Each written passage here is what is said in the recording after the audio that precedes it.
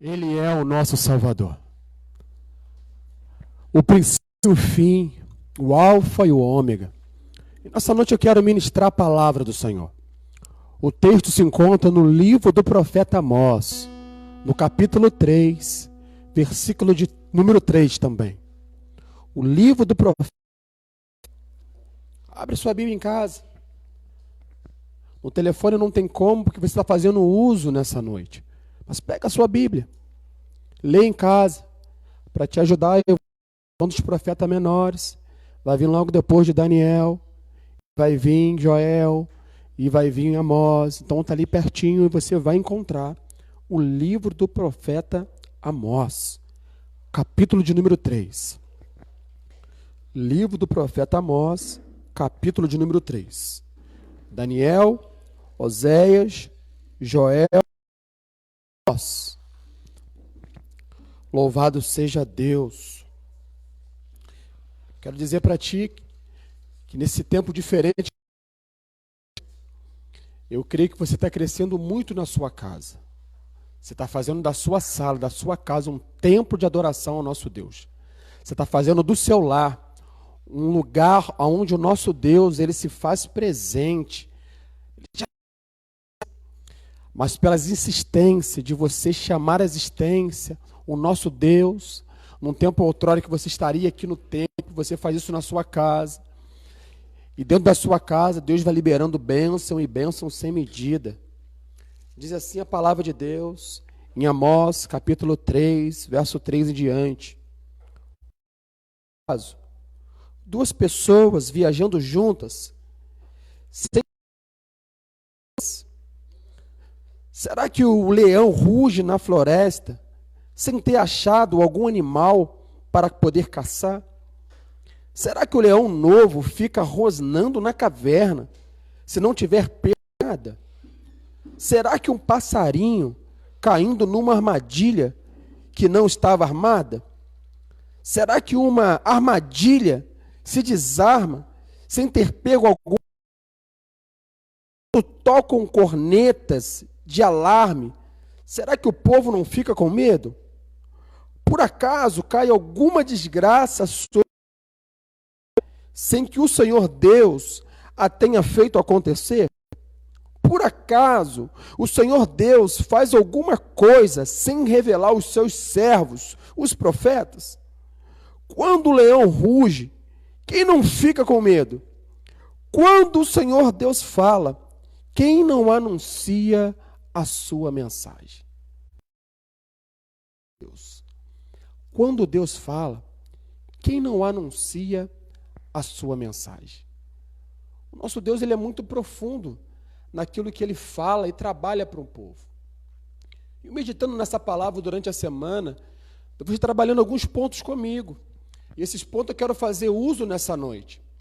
Porque eu não tenho pretensões de ser presidente, de ser governador, de ser prefeito. Eu não tenho pretensões. Mas pensando de maneira muito coerente, analisando a vida desses homens, mulheres, que fazem uso da sua liderança, da sua autoridade, eu vejo que um pastor de uma mega igreja de 5, 10, 20 mil membros, ele tem total condições de uma nação, um município. Porque ele se depara com muitas realidades. Ele se depara com realidades familiares. Ele se depara com dificuldades enfrentadas dentro de uma família, dentro de uma sociedade. Ele se depara com pessoas que são cristãos. Ele se depara com pessoas que também não são cristãos. Ele se depara com crises, com problemas que acontecem a todo momento.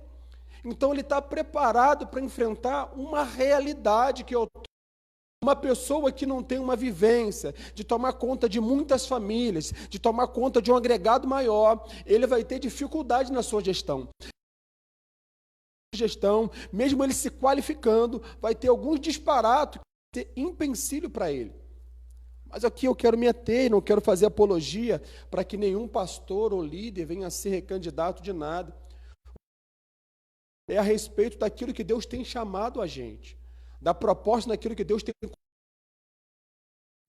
E pensando nisso, lendo esse texto, Amós, ele é um dos profetas menores, e ele era pastor de ovelhas, e para o trabalho, ele chama ele para a vocação profética, tirando ele do seu ofício, da sua ocupação, me ensinando e te ensinando que para ser líder, para governar, para legislar, ou para estar em cima de alguma autoridade, antes você ser alguma coisa. Então esse profeta Amós, ele era pastor no reino do norte, e Deus chama para ele participar no outro momento. Ele fazia parte do reino do sul, e Deus chama para trabalhar no reino do norte. Ele então trabalhava num determinado local, lá em Judá, e Deus manda ele profetizar, começar a sua vocação profética lá no povo de Israel. Que coisa diferente. De repente você já ouviu falar uma questão assim, olha, o profeta de casa não faz milagre. Você já ouviu falar sobre isso?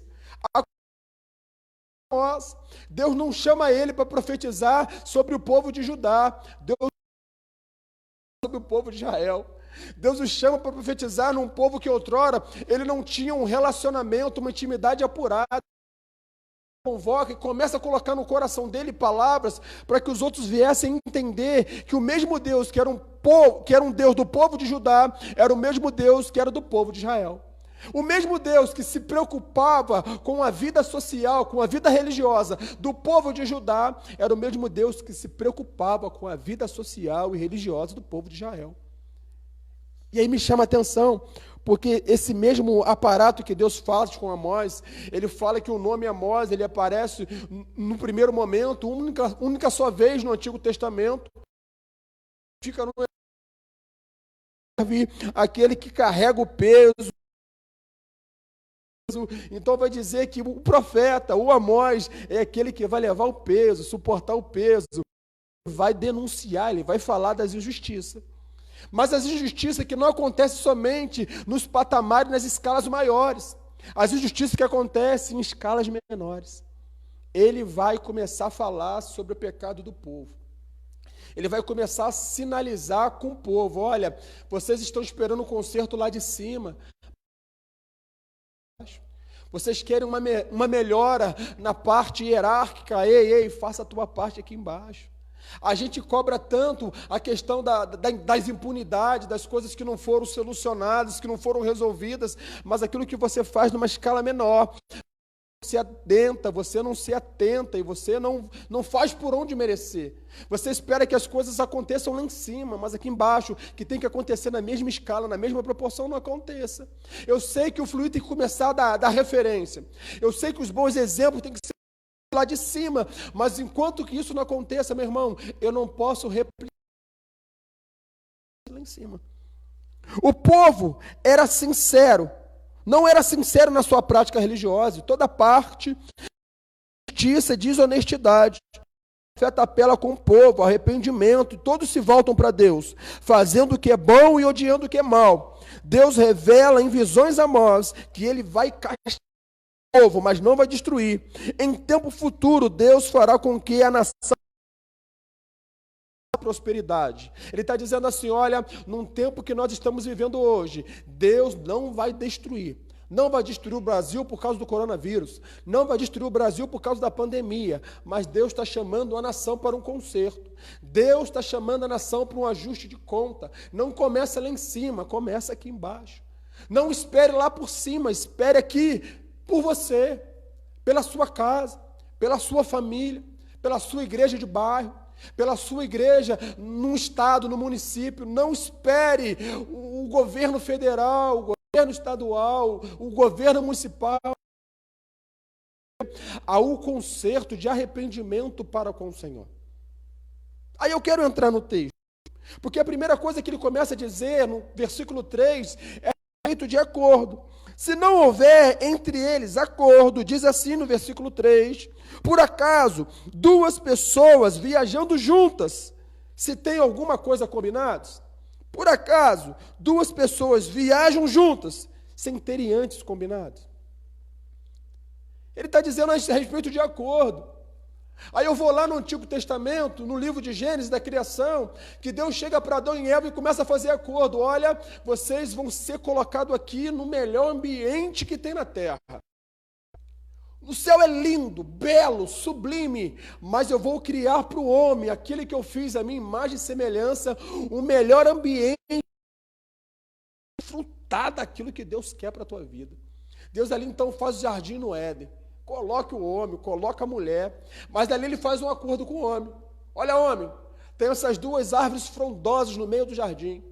Uma árvore conhecida como a árvore do conhecimento do bem, e uma outra árvore conhecida como a árvore da vida. Acordos. Deus faz acordos.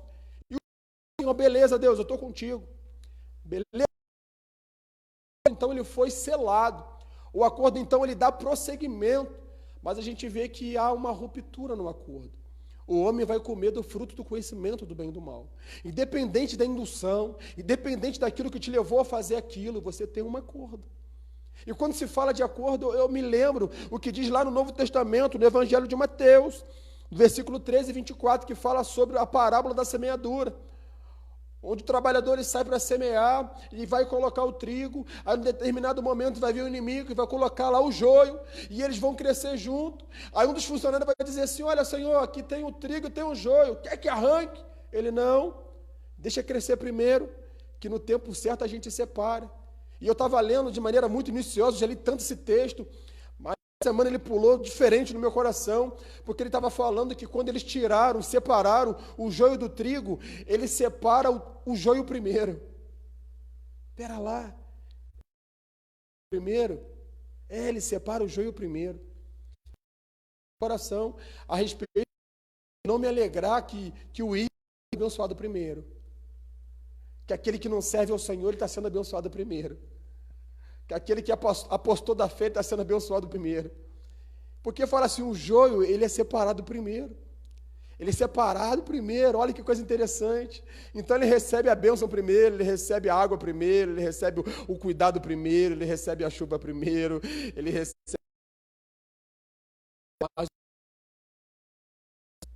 O fim dessa prática, você saiba também fora. O joio, ele tem um prazo de validade que não coopera para nada, mas o trigo, ele precisa morrer para que outros venham a ser alimentados. Que coisa fantástica. Aí eu aprendo a respeito de acordos. Um Deus que faz acordo, e nós não podemos fazer sucessões. Porque quando nós fazemos sucessões, nós estamos baixando a guarda. E toda palavra que eu venho a falar, ela vai perder valor, ela vai perder credibilidade. Aí eu vou lembrar do trabalhador, lá no Evangelho de Mateus, capítulo 20, que vai falar que um trabalhador, o Senhor, ele saiu para ver se empregar para a vinha. Então, um determinado horário, trabalhar para mim, eu vou te dar X. Você quer trabalhar para mim? Eu vou te dar Y. Mas ele vê que a hora vai passando e o trabalho vai sendo acumulado e ele vai ver que não vai acabar durante o dia. Então ele sai novamente, contrata mais trabalhadores. Mas no final da jornada de trabalho, ele dá o combinado. Ele dá o acordado. Ele paga o acordado. E alguns que pagaram cedo, chegaram de manhã, falaram assim, olha, eu não posso receber a mesma coisa que ele. Ele trabalhou 1 hora só, ele chegou 4 horas da tarde, ele não pode receber uma coisa que eu. Eu fiquei trabalhando mais, nós fizemos um acordo. Eu falei contigo, você quer trabalhar para mim? Eu vou te dar X. Você falou que topa. Eu te convidei, você aceitou. O mesmo para ele. E nós na igreja agimos de injustiças. Porque aquele que chega hoje na igreja, a gente fala assim, ó, peraí, fica aí. Você chegou agora, então tenta ficar na janela. Não fique. A gente para o outro, imputar para o outro, que Deus está fazendo com ele, você quer fazer esse acordo particular teu, tomando a posição que é de Deus. Eu estava conversando essa semana a respeito de a gente mensurar aquilo que é ministrado, aquilo que é pregado, aquilo que é cantado. Tem pessoas que de pronto assimilam assim muito rápido, no estalar de dedos. Tem pessoas que demoram 1 semana, 1 mês, 1 ano, para que aquilo venha ingerir sobre ela, e ela depois fala assim, poxa, agora que caiu a ficha aqui, negócio que o pastor falou. Agora que eu entendi aquela mensagem que ele estava trazendo. Mas o acordo, meu irmão, ele tem que ser respeitado. Assim como o acordo conjugal, o acordo familiar, o acordo como funcionário empregado, o acordo como patrão, acordos têm que ser respeitados, por isso é necessário ter acordos. E quando eu me lembro de acordo, eu vou lembrar do acordo sacrificial, o acordo de Jesus. Jesus fez um acordo com Deus, falando assim, olha pai, eu vou lá, eu estou doido para estar lá, eu quero ensinar esse povo como te adorar. Acontece as coisas aqui no céu, deixa eu descer, deixa eu ensinar para eles. Jesus não precisava orar, mas ele orava. Jesus não precisava ir no monte, mas ele ia. Jesus não precisava fazer refeição, mas ele fazia. Tantas coisas Jesus realizou para mostrar para nós o acordo que ele fez com o Pai. Olha, Pai, eu vou estar lá no meio deles, mas eu não vou usar a todo momento o poder, a minha autoridade. Eu vou usar no momento que o Senhor me autorizar. E toda vez que Jesus usava esse poder, ele falava assim, ó, Pai, seja feita a tua vontade, não a minha. Toda vez que ele degustava, ele falava assim, olha, eu vou fazer para que o nome de Deus venha a ser glorificado. Ele não fazia, porque ele entendia que o acordo que ele tinha firmado com o Pai, ele tinha que ser estabelecido tanto nos céus quanto na terra. O acordo que você faz aqui, ele tem que ter uma conotação, tanto nos céus quanto na terra. O acordo conjugal, ele não é feito somente na esfera da terra, ele é constituído na esfera dos céus. Olha, casal, eu quero falar para você nessa noite. O acordo que você fez com o teu cônjuge não está atrelado somente na terra, ele está atrelado nos céus. Acontece muita separação, muito divórcio, porque as pessoas confundem a respeito do acordo, a respeito da aliança. Se você entender que o acordo que você fez com o teu cônjuge não foi primeiro com ele, foi com Deus, meu querido, você vai romper até Jesus voltar. Você vai entender o princípio do acordo. O acordo é isso. Eu falei com a minha esposa, eu sempre falo com ela, minha mulher, eu faço muita coisa, eu vou para cima e para baixo, e você sabe disso. Eu sento, faço gabinete com homem, faço gabinete com mulher, e você fica despreocupado com isso. Ela, eu sei, mas fica pensando uma coisa, eu não casei somente contigo, eu casei com Deus. Eu falo com ela. Se eu fizer alguma coisa contigo, eu não estou fazendo contigo, eu estou fazendo com Deus. Então, jamais eu vou chegar em pormenores que venha denegrir a imagem do meu Senhor. É assim que a gente tem que pensar. É assim que você tem que viver. Sabe a questão? Eu estou falando isso porque Deus tocou no meu coração. Nós temos um momento de comunhão, um momento de ceia. Nós vamos ceiar daqui a pouquinho. E eu não quero ministrar somente essa parte do acordo, mas eu quero ministrar todo o versículo que eu acabei de ler. Aí a hora vai passar, pastor, não vai não. Eu vou ser bem sucinto, bem objetivo. Olha, casal, Deus ministra no meu coração para falar contigo. Você que está me ouvindo, você que está no alcance da minha voz, está sentadinho com o seu esposo, com a sua esposa ao seu lado. O acordo que você faz com Deus, o meu Deus, ele não vira as costas nos momentos que você está em intimidade com a sua mulher, com o seu esposo, não. O meu Deus, ele fica olhando e fala assim, ó, vai meu filho, seja bem sucedido, rebenta a boca do balão. Ei, meu querido, quando você entende que Deus está te olhando, está prestando atenção em você, na sua intimidade, meu querido, você vai entender que a minha intimidade é reservada só com a minha esposa e com o meu Deus. Você não vai pensar em fazer coisa besteira fora. Você não vai olhar para fora. Você não vai olhar para outros cantos, porque a tua intimidade também pertence ao Senhor. Assim eu aprendi, assim eu passo para ti. A tua intimidade conjugal, Deus não está com os olhos fechados assim não. Ele está com o olho aberto falando assim, vai meu querido, arrebenta. Vai filha, eu quero que vocês sejam felizes e realizados em todas as áreas, porque o acordo que a gente faz aqui na terra é também firmado nos céus. Deus é o primeiro, o principal, o responsável para que você venha ter uma vida com sucesso em todas as áreas da sua vida. Aí eu quero avançar. Porque ele começa a dizer a respeito de laço, do mecanismo que abre a armadilha. E ele fala a respeito do passarinho. Olha, a armadilha está pronta. Será que a armadilha não está pronta para pegar alguém, pegar o passarinho? Com certeza, ninguém vai fazer uma armadilha para não pegar nada. Meu querido, o inimigo da nossa vida está aí armando uma armadilha. Será que ele não quer pegar nada? Claro que ele quer pegar você. Ele quer que você se distancie da palavra de Deus, ele quer que você se corrompa, ele quer que você degrina e ofende, fere a santidade do Senhor. As armadilhas são postas todos os dias da nossa vida. Não um dia sim, um dia não, ela é colocada todo dia. Os alçapões da vida. Por isso o Salmo vai dizer a respeito do laço do passarinheiro, o Salmo 91. Porque ele sabe que está lá e ele quer pegar e vai pegar aquele que der brecha, aquele que der oportunidade. E as coisas vão acontecer. Será que um passarinho cai numa armadilha que não estava armada? Com certeza ele vai cair. Ele vai cair, meu querido. E não vai mudar as estratégias do inimigo para tentar paralisar a sua vida. Não vão parar. O povo de Israel caía sempre na mesma cilada. Qual, pastor? Idolatria. Ele gostava de levantar uma bandeirinha. Eles gostavam de levantar um bezerrinho de ouro. Eles gostavam de mirar a sua atenção em alguma imagem, escultura. Por quê? O ser humano é carente de um vazio. E ele precisa de responder o seu caos. Então, se você não está em sintonia com Deus, você não consegue ouvir Ele falando contigo todo dia. Você precisa de ouvir algum oráculo, alguma divindade falar contigo. Então, quando você abre mão de Deus falar contigo, meu irmão, uma divindade vai querer se aproximar de você. É automático. É isso que acontece. Por isso a armadilha está pronta, ela está lá. E vai dizer, e eu gosto de ler isso, e quero ler contigo, porque ele começa agora a fazer a comparação do leão. Ele fala da primeira instância, dos primeiros versículos dos animais. De um Deus que cuida dos animais e faz muita comparação do homem com o animal. Do animal que obedece, do animal que fez acordo com Deus estabelecido e cumpre. O animal cumpre acordo, a gente não. O animal ele só ataca para a sobrevivência, o homem não. Ele ataca por hobby, por orgulho, vaidade, soberba. Ele ataca por isso. O animal não. Ele faz as coisas da natureza dele que comanda. Ele vai falar sobre o leão não ruge. Então, se ele está na floresta, ele não vai rugir? Ele vai. Aí eu estava entendendo a percepção do rugir do leão. Todos os animais, eles sabem que quando o leão está rugindo, meu irmão, é perna para que te quer, meu irmão. Se tu marcar bobeira, ele te pega. Os animais já crescem sabendo, olha, tu escutou o rugido do leão, meu irmão, não dê bobeira, acelera e pisa. Na hora que está rugindo o leão, você não pode marcar bobeira. Mas tem gente que dá bobeira. Tem gente que dá bobeira. Eu estava lendo que lá em João vai dizer que a serpente, o nosso adversário, ela ruge como leão procurando a quem tragar. Ela sabe que o rugido do leão, ela é intimidador. O rugido do leão, ele é apavorante. O rugido do leão, ele causa domínio. Então vai falar que a serpente, ela ruge como leão, mas não é o leão.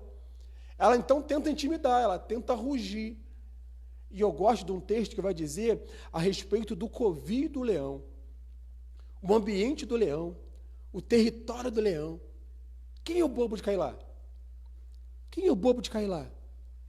Você sabia que a tua natureza é uma natureza do leão? Você sabia que você pertence ao leão da tribo de Judá? Você tem noção disso? Daquilo que Deus te compara? Hein? Darwin compara o homem com um macaco. Evolução. Mas o nosso Deus, que é um Deus da criação, de coisas extraordinárias e fantásticas, me compara e te compara com o leão da tribo de Judá. Que coisa fantástica. Agora imagina um monte de leão reunidos. Será que alguma serpente vai querer pular no meio? Agora imagina um monte de leão reunido. E vai chegar esse momento.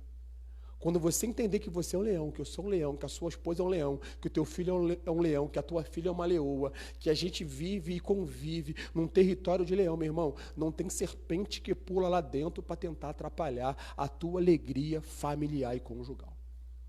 Não tem serpente que é burra para poder pular lá e falar assim, eu vou atrapalhar esse negócio. Porque quando o leão está junto com o outro, meu irmão, um defende o outro, um está junto com o outro, e o acordo é firmado assim, olha, meu irmão, ninguém pode ser atacado aqui no nosso território. A gente vai lutar junto, a gente vai rugir junto, a gente vai tomar conta e vai falar mais. Quando eles, o leão, saem para passear ou saem para fazer a caça deles, vai dizer que até o leãozinho dentro da caverna já ensaia os primeiros rugidos e sabe que tem alguma coisa para ele comer. Aí eu vou mais à frente porque fala que a igreja de Laodiceia em Apocalipse vai dizer assim, ó, e o igreja de Laodiceia escreve: isto diz o Amém, o testemunho fiel e verdadeiro, o princípio da criação de Deus. Eu conheço as suas obras, que não é nem frio nem morno, que não é frio nem quente. Quem dera fosse frio ou quente, mas tu és morno. Apocalipse 3,14. Está dizendo assim: olha, meu irmão, se você entendesse a tua natureza de leão, você não era nem frio, nem morno. Você estava pegando fogo. Você estava assumindo essa natureza.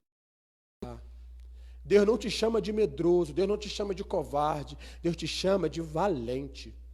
Quando ele chama Amós, o profeta fala: ó, Amós, vem pregar lá para o povo de Israel. Vem, Amós, vem comigo. Ele está falando assim: olha, Amós, eu sei que você tem de suporte, aguenta peso, aguenta pancada, você vai profetizar e denunciar as coisas erradas que estão acontecendo, porque eu sei que... Já viu alguém falar assim?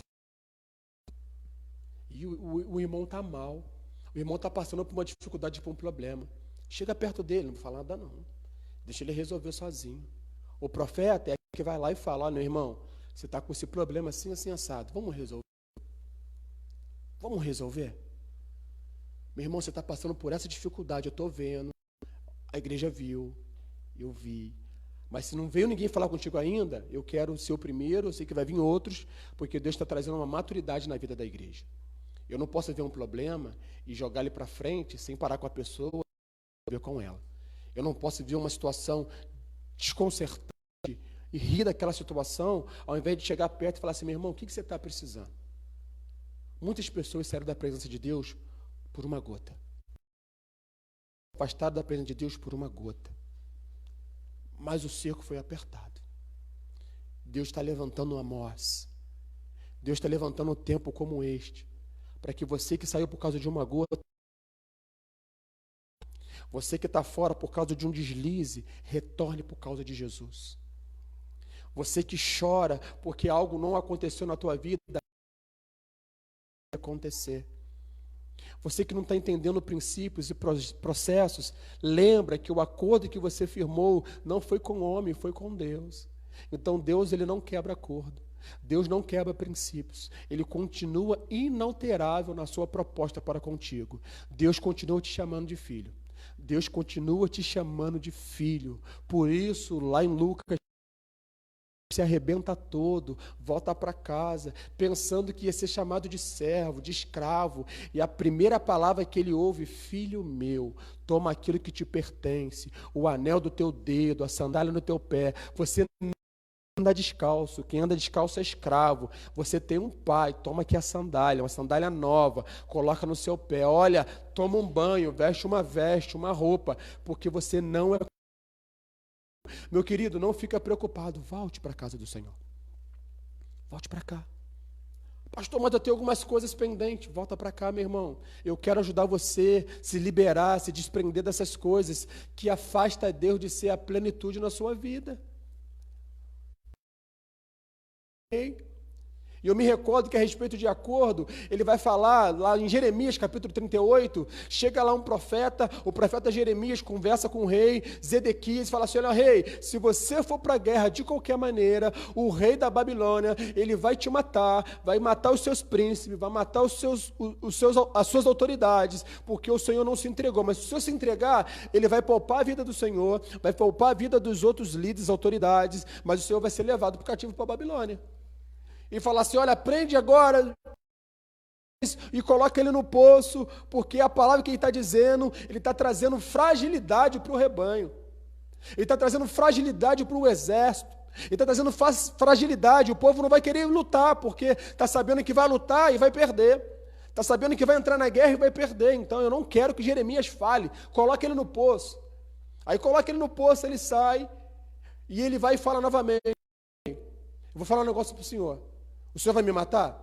O senhor vai me prender? Não, eu quero fazer um acordo contigo. Não vou te matar, não vou te prender. Fale que Deus te falou. Se o senhor se entregar para o rei lá da Babilônia, o senhor vai preso os seus filhos, vai preso os seus oficiais, vai preso todo mundo, mas o senhor não vai morrer. Não fale isso para ninguém. É um acordo meio seu, não fale isso para ninguém. E isso aconteceu. Acordo. Com a gente, a mesma coisa. De repente dói. Falar uma coisa para o outro que ele não quer ouvir. O rei queria ouvir assim, olha, você vai para a guerra, você vai vencer. Você vai para lá, vai dar certo. Tem gente que tem dificuldade, olha, jovem, agora é para você. Tem gente que tem dificuldade de falar assim, olha, você está namorando? Eu estou namorando. A pessoa da igreja? Não é não. Olha, não, mas ele é bonzinho, ele vai vir. Vai não. Se eu sou seu amigo, é amigo dele, amigo dela, aconselha. Vai não, meu. Ele vai te tirar. Você vai abrir mão das coisas que faz para Deus. Você vai abrir mão de escala de louvor. Se você está no teatro, vai abrir mão de escala de teatro. Se você faz alguma coisa na dança, você vai abrir mão da dança. Você vai abrir mão das coisas de Deus. As coisas que te deixam em santidade e comunhão com Ele. Quando você entra num namoro, num relacionamento com pessoas que não professam a mesma fé do que você, vai dar ruim. Ah, ninguém me falou. Alguém tem que falar. Alguém tem que estar contigo. Orando por você. Intercedendo por você. Não é por maldade, é por amor. Não foi por maldade que Jeremias fala. E eu gosto disso, porque ele fala sobre a trombeta que toca. Ele fala sobre o alarme. Olha, se você não ouvir lá a trombeta soar, você não vai ficar com medo, apavorado? Sim. O povo tocou a trombeta lá em Jericó, as muralhas caíram. Só de ouvir o som, as pessoas ficaram amedrontadas, meu irmão. Quando tem uma sirene, um toque de recolher, as pessoas já sabem que não pode sair de casa. Quando você ouve um barulho, um alarde, um alarme, você já vai correndo. As pessoas que têm automóvel, que têm carro, e está na porta da casa, o carro toca o alarme, você vai correndo ver o que aconteceu. De repente é um cachorro que passou perto, de repente é um gato que passou perto, mas você vai lá ver o que aconteceu. Mesmo o teu carro seguro, você vai lá ver o que aconteceu. Ele está falando assim, olha, o povo não vai ficar com medo. Quando o alarme toca, quando o alarme dispara, quando tem lá o toque da trombeta que anuncia a guerra, que anuncia que o inimigo está chegando, que uma guerra está sendo travada, o povo não fica com medo. Por quê? Porque você não está preparado. Porque você não se preparou. O Senhor Deus não fará coisa alguma. Quando Deus envia uma calamidade, Ele também revela o propósito da calamidade. Vai dizendo no versículo 7, por acaso o Senhor Deus não faz alguma coisa sem revelar os seus servos, o profeta? Deus, quando levanta alguma coisa, vê alguma calamidade, nessa que nós estamos vivendo, Deus vai levantar profetas, igrejas. Durante muito tempo a gente achava que era do inimigo. Ah, o inimigo é a taça do Apocalipse que foi liberada, nós estamos no sal. Não, meu irmão, não tem nada a ver com a taça. É só um coronavírus que chegou, que tem legitimado e dizimado parte da população mundial e algumas pessoas do Brasil. Pessoas que a gente conhece que foram contraindo o Covid-19, e a gente ficou triste, chateado, e eu vi uma postagem de um pastor que colocou assim, olha, eu vejo o pessoal com tanto medo, com tanta reverência com o Covid-19, será que as pessoas têm a mesma reverência, o mesmo temor, se for para se converter dos seus caminhos tortos e voltar para Deus?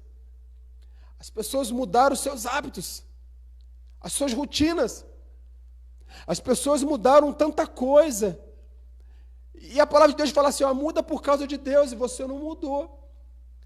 Foi necessário vir alguma coisa mais exorbitante para te colocar novamente em órbita, porque você tinha saído.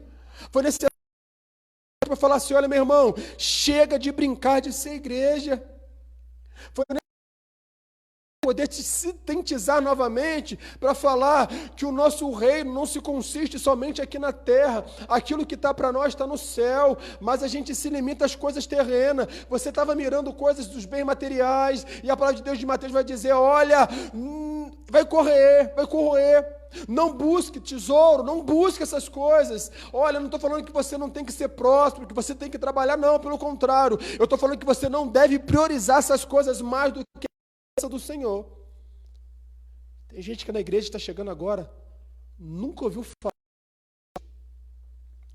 Tem gente que está chegando na igreja agora, que só ouve falar em monte lendo na Bíblia. Ah, o Moisés que foi no monte, que voltou com as tábuas da lei. Tem gente que nunca ouviu falar de um tempo de jejum e oração. Tem gente que não sabe nem o que é jejum. Que é isso, pastor? Eu sei. Jejum é um exame de sangue lá, eu tenho que ficar sem comer para fazer exame. Tem gente que pensa que é isso. Tem gente que pensa que é isso, que o jejum é fazer o exame de sangue lá, que o médico fala assim, olha, você tem que ficar fazer exame para a gente poder ter uma apuração melhor daquilo que está passando no seu corpo. Jejum, quando você tira para Deus, meu irmão, é quando você fala assim, Deus, eu estou jejuando. Não é por causa de mim, não. É por causa do Asaf. Eu quero que o Asaf seja o melhor advogado de Itaperuna. Eu quero que o Asaf, quando se formar, Deus, ele venceu um promotor. Eu quero. Eu estou jejuando para isso. Quando você mira o jejum para você, meu irmão, mas quando você mira a vida do teu próximo, irmão, você é o primeiro atingido. Porque ele vai fazer a mesma coisa. Vai gerar cor. Então o Tiago vai jejuar pela vida do pastor. Estou jejuando pela vida do pastor hoje. Eu vou jejuar segunda. Amanhã, Tiago, já começa. Joguei para tu. Já vou jejuar para o pastor segunda-feira. Eu vou receber, mas quem recebe primeiro vai ser ele.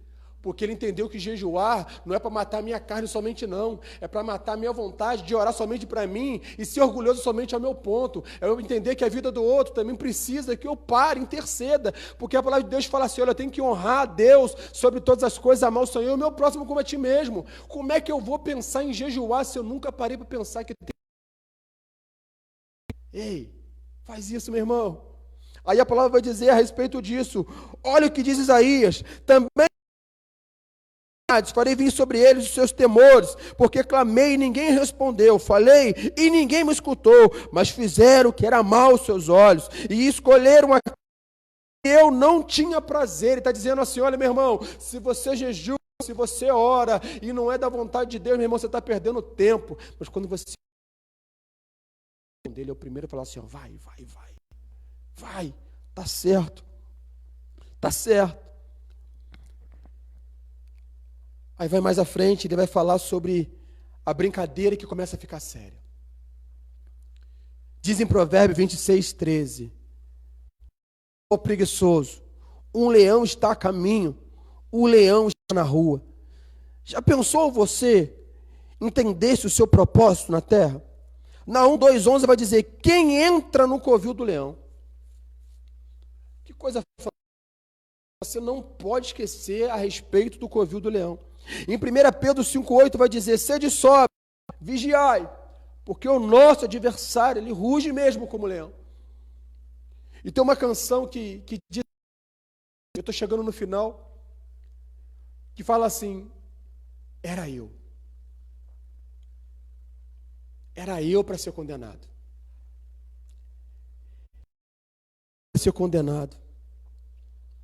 Ele foi julgado no meu lugar.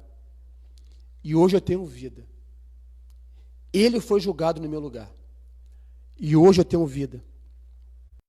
Ele vai dizer que Jesus sabia tanto do acordo que ele tinha com Deus, que uma dor de cabeça você grita. Um desentendimento amoroso você pula. Um dormir à noite, acordar com o cabelo em pé, você fala, não quero mais não. Uma briguinha, você vai e chuta o balde. Jesus vai dizer assim, escandaloso amor, eu sofri fui espancado, falaram que era filho de Beelzebu. Eu sei do meu acordo que eu fiz com Deus. Eu sei do compromisso que eu tenho com Deus. Vida. Era você que era para estar naquela cruz do Calvário. Era você, meu irmão, que era para ser condenado. Mas Jesus, ele entende isso tudo. E vai dizer que ele assume essa dor. Que ele assume essa culpa. Ele toma essa postura. Dizendo, no mundo tereis aflições. Mas esteja de bom ânimo. Porque eu venci o mundo. No mundo tereis calamidades. Mas tenha de bom ânimo. Porque eu venci. E se eu venci, eu que sou o leão maior, eu que sou o leão que ruge, eu estou abrindo um caminho para que outros leões venham atrás de mim e me sigam. Você está entendendo? Entrar no covil dos leões, mas onde é o covil dos leões? Ele está te chamando para entrar no reino celestial, no reino da glória. Lá só terá leões, não terá outro animal, não terá outro bicho de outra espécie nenhuma, só terá leões. Então, se você não entender aqui terra, que você tem que pensar como leão, você tem que rugir como leão, você está se privando de estar no covil dos leões. Olha, meu irmão, eu estou falando isso para ti.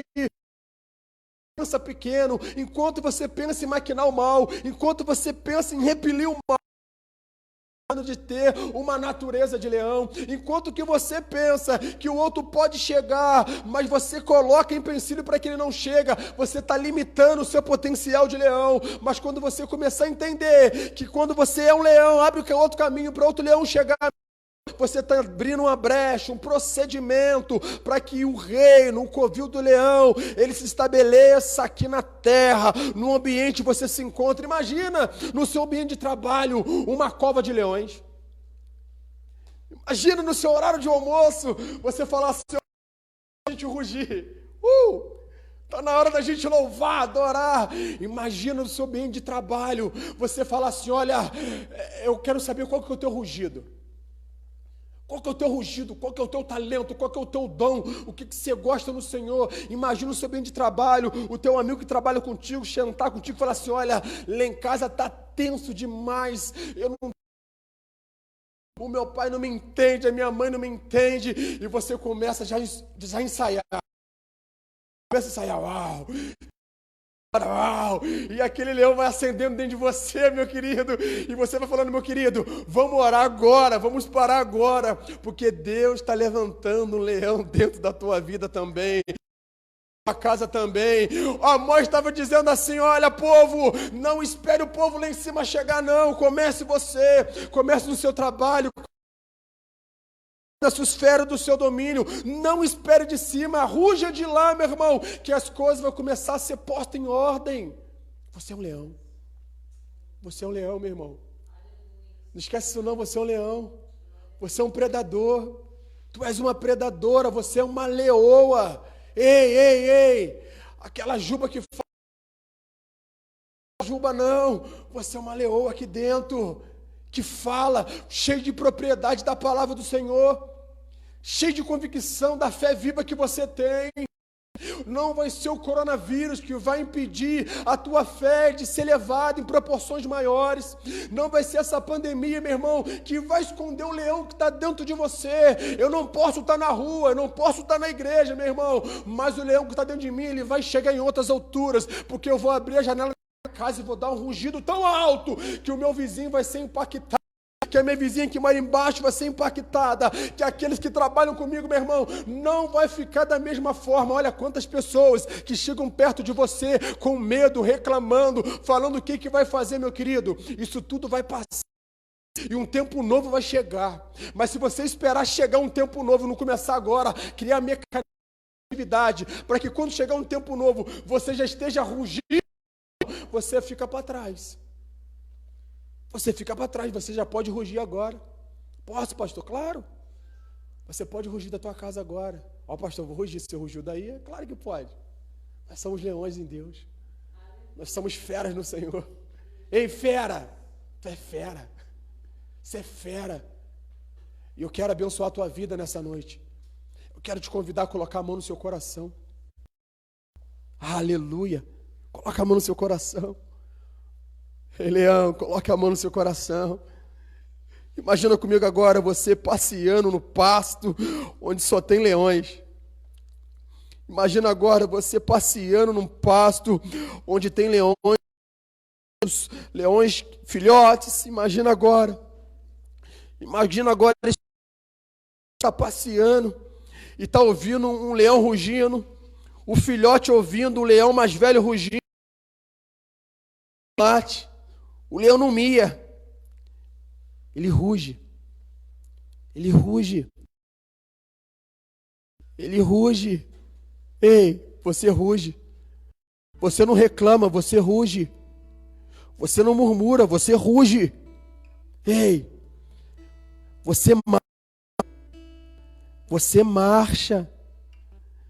O leão ruge e marcha. E quando marcha, ele marcha com uma finalidade de caçar.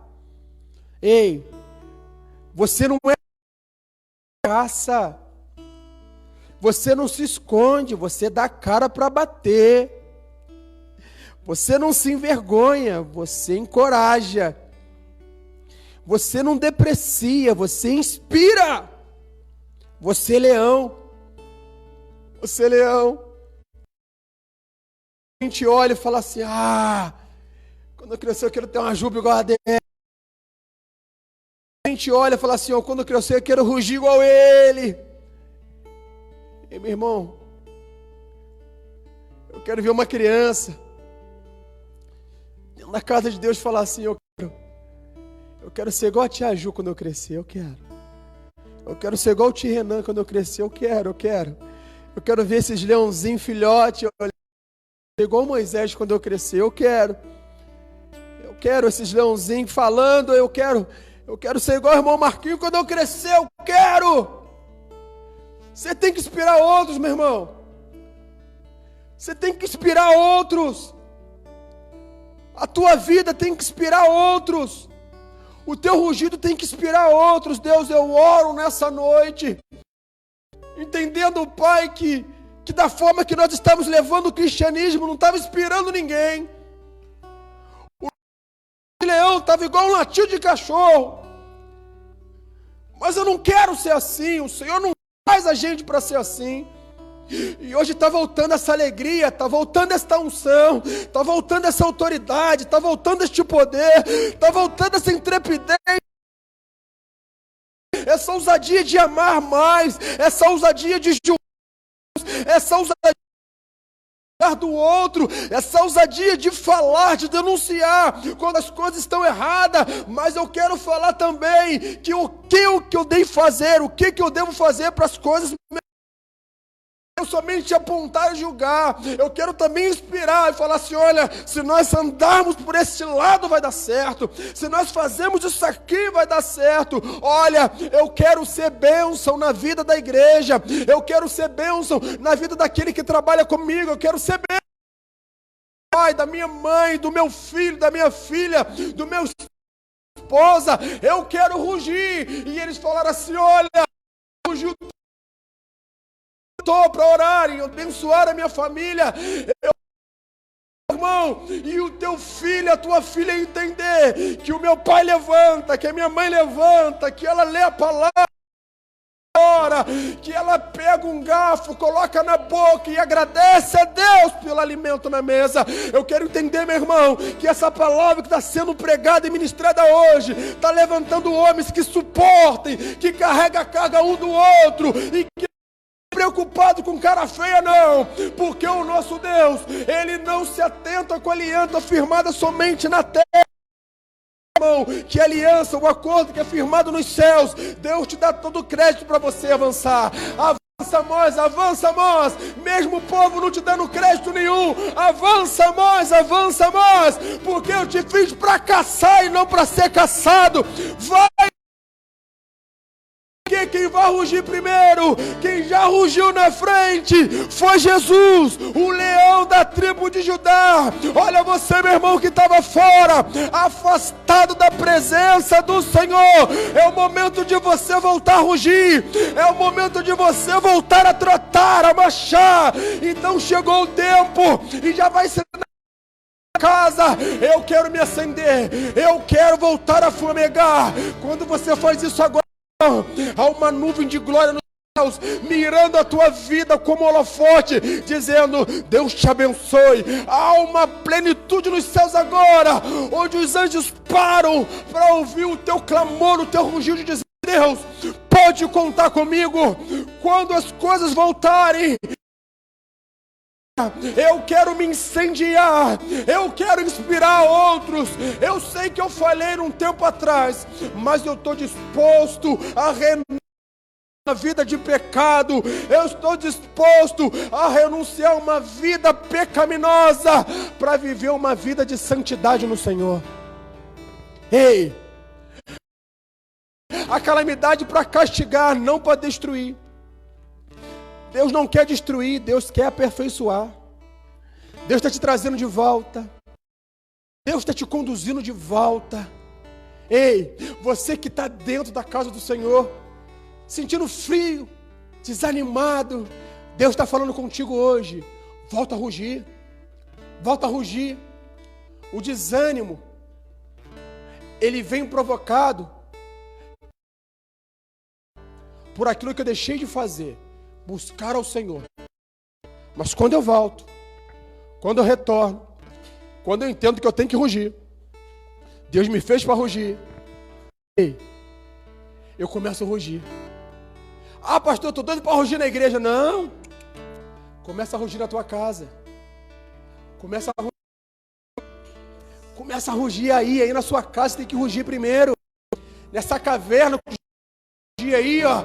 E ele ruge porque tem presa, ele ruge porque tem alguma coisa boa acontecendo, ele ruge porque está voltando após a reinar, ele ruge porque as coisas estão sendo... Ruge porque você está posicionando num acordo que fez com Deus. Então, meu irmão, comece na sua casa a exercer autoridade. Oh, aleluia!